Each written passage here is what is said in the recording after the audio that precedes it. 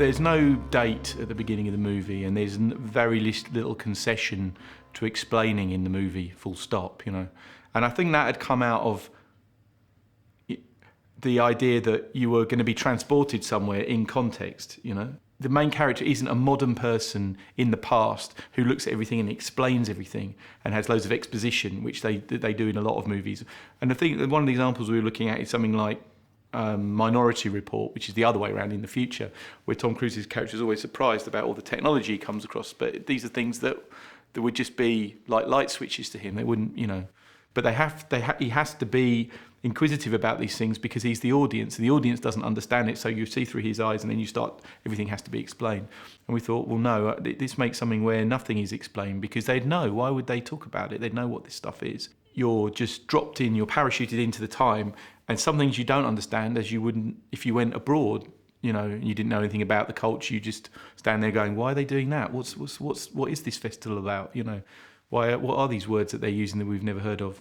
And we wanted that so that you felt like you'd travelled back in time. We've always got a lot of scripts that we're developing and writing, one of the scripts had been a Civil War project, an English Civil War project, and I've been looking at that for like 10 years. And we started talking about it, and we realised that in a way, like a costume drama seems not the kind of movie you'd make if you wanted to make something low budget. But then we looked at it and thought, well, you know, hang on. If they're out in the fields and walking around, then they wouldn't change their clothes. So then you've got no continuity issues, and they've got the same clothes on the whole time. And then in those days, people didn't really own that much stuff either. So you don't have a massive art department issue either. So suddenly it becomes much cheaper than a contemporary movie. And then Amy Jump looked at my draft and went, and she rewrote it completely and wrote a new draft, which didn't have anything that I'd written in it at all. And then I took my name off the script, and it became Amy's script, because it was much better. And she had said, because we were going to shoot it in the woods, and we'd found this kind of living history village that we were going to shoot in, which looked fantastic. But then Ames was going, well, you know, you've kind of done the woods. We don't want to go back to the woods because that's kill this territory. So we thought, okay, well, and she was saying, what about a field, and use it as a limitation like you'd get in Hitchcock stuff like Lifeboat, you know, going and do it, or in Rope, you know, this is going to be it. And also I spend a lot of time in trains looking out the windows, and I always wondered what it would be like with two sets of people against each other in a field. What would, because, you know, in a battle you wouldn't be able to do that much, and you could maybe have 90 minutes of that. So those are all the ideas that were like kind of swirling around, and yeah, and then it kind of seemed to come together from that.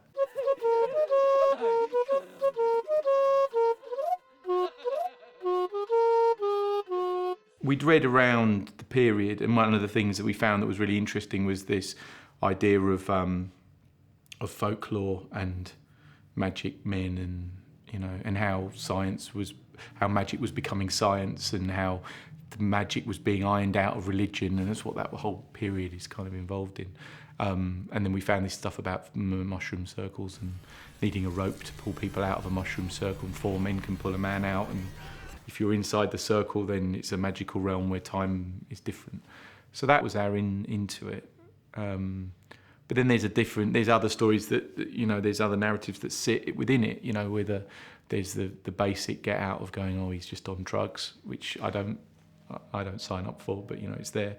But I think it's the, you know, is he fragments of the same man, or are they in the circles of hell, or are they in purgatory, and they're learning more things about each other each time they go through the hedge, and on and on and on. I mean, I think that there's many films I like which I don't consume in one moment, and when I finish watching them I don't know, and I have to think about them to kind of come to an understanding of it.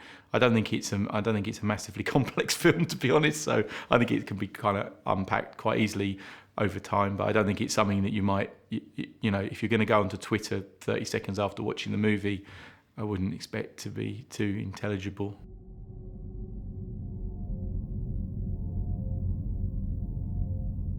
The fast cut psychedelic sequences had come, I'd been thinking about that kind of fast cutting stuff since I was at college, and I'd cut things then in the 90s on video very, very fast like that.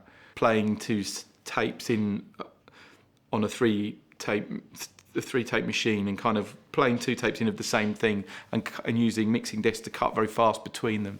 And I really like that effect, which is basically, I don't know what it's doing, but it seems to be playing with persistence of vision, where you're trying to process both streams of video. It's different from cutting lots of different images one after the other, which is done a lot. But when you have to process two streams of images at 12 frames, which are very similar to each other, you find your brain starts to split in half, and there's a limit to what you can take from that. And that felt also quite close to the experience of taking magic mushrooms. So I thought, once I started cutting in that way, I was like, right, okay.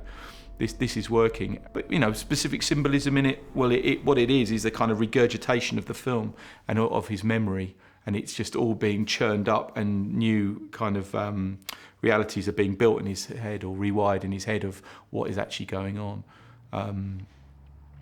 But it's basically built as a kind of an assault on the audience to kind of put them into that mindset of what it might be to be back on drugs.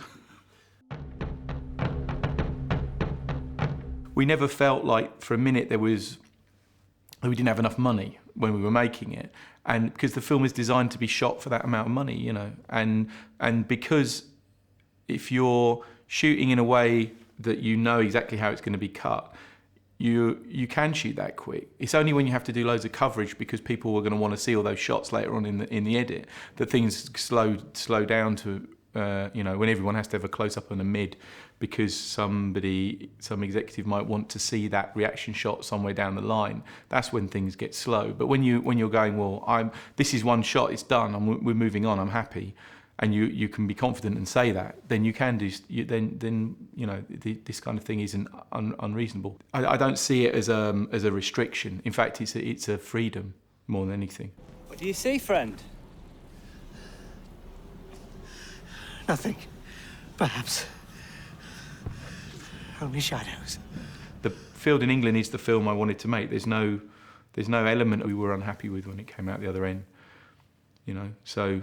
But then that's been the case pretty much for all the other films as well, and I think we've been very lucky and had a good run of it. But it is through being diligent like that and controlling it and being across it, so that we can reduce these costs right down and still and deliver movies that I think other people would find very hard to produce at the budgets that we work at. That's great. That's the one. Okay. And you're all right with that, Rich? Yeah.